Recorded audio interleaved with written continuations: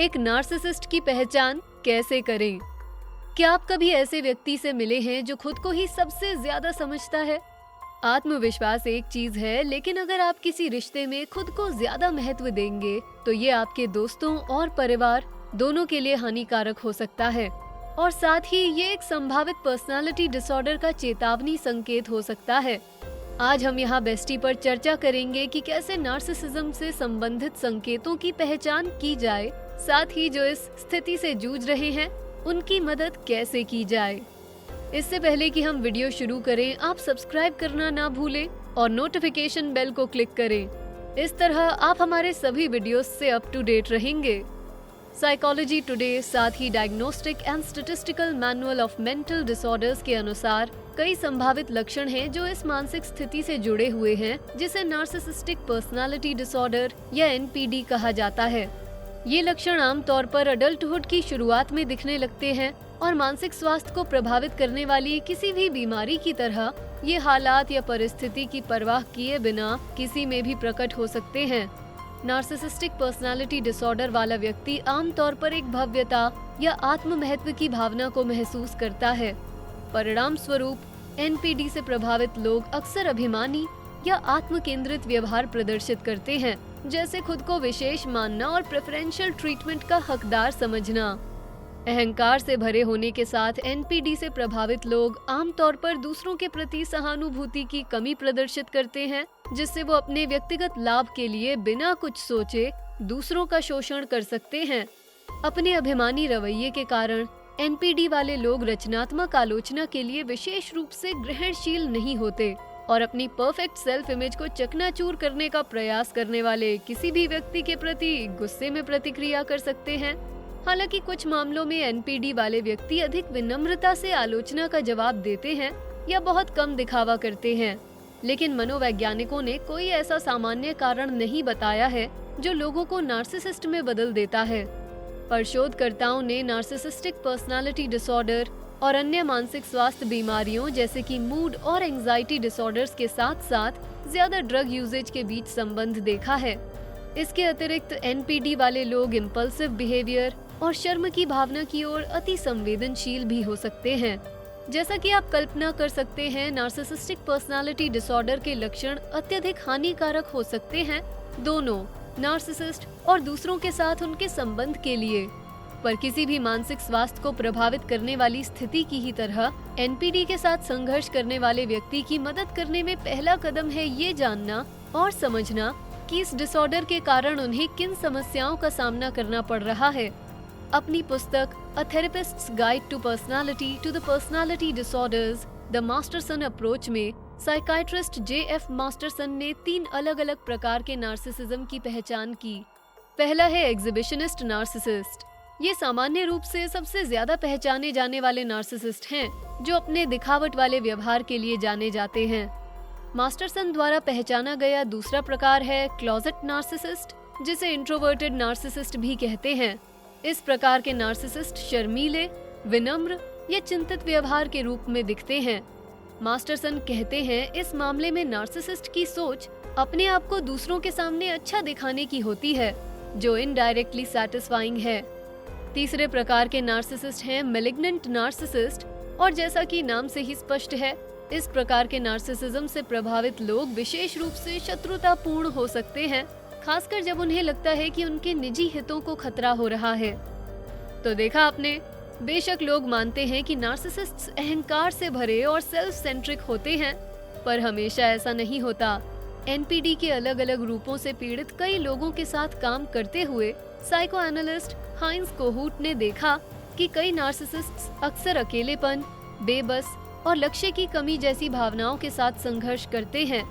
कोहूट के शोध से ये पता चलता है कि नार्सिसिस्ट्स वास्तव में श्रेष्ठता और हीनता की भावनाओं के बीच फ्लक्चुएट होते रहते हैं, और उनका व्यवहार और मानसिकता इससे प्रभावित होती है कि वो दोनों में से किस मूड से अभी गुजर रहे हैं।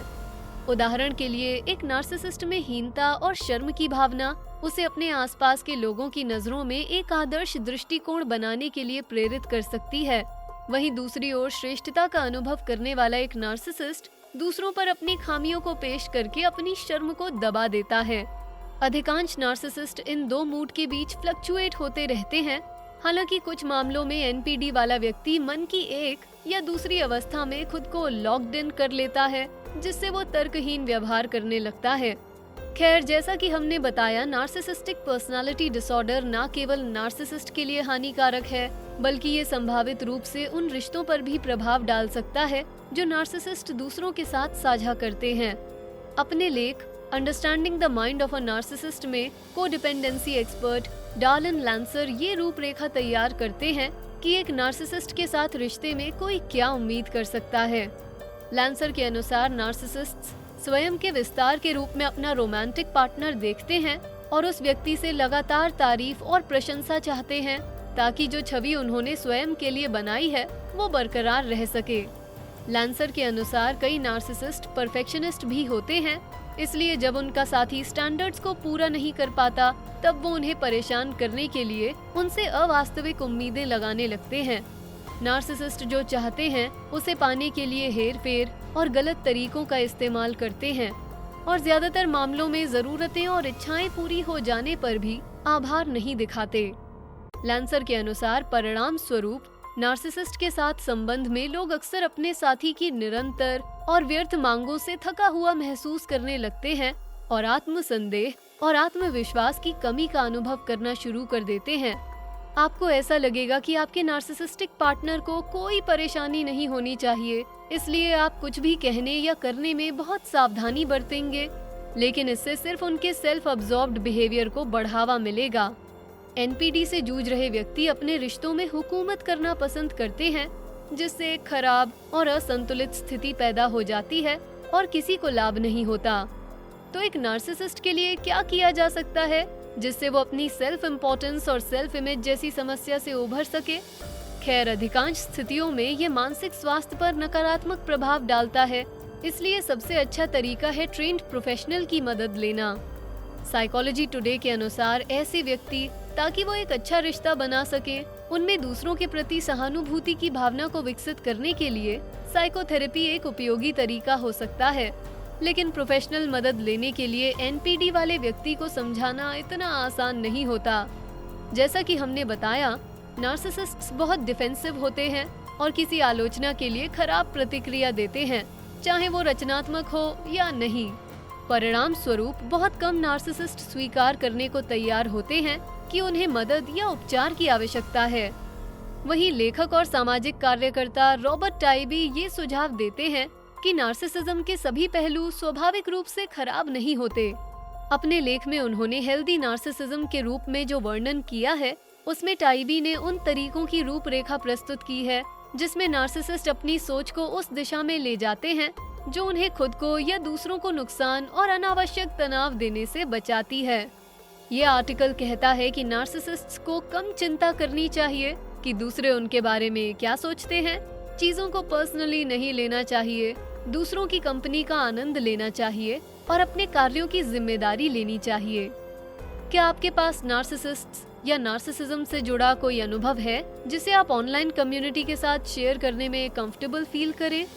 शायद आप भी एनपीडी के साथ संघर्ष कर रहे हों और आपके पास कुछ ऐसी जानकारी हो जिससे आप बता सकें कि इस प्रॉब्लम के साथ रहना वास्तव में कैसा हो सकता है। आपका बेस्टी आपके इनपुट्स और फीडबैक की वैल्यू करता है, इसलिए कमेंट करें और बातचीत को चालू रखने में हमारी मदद करें। We hope you have a nice day. Video पसंद आया तो इसे लाइक, शेयर करें, साथ ही बेस्टी को सब्सक्राइब जरूर करें। Thanks for watching.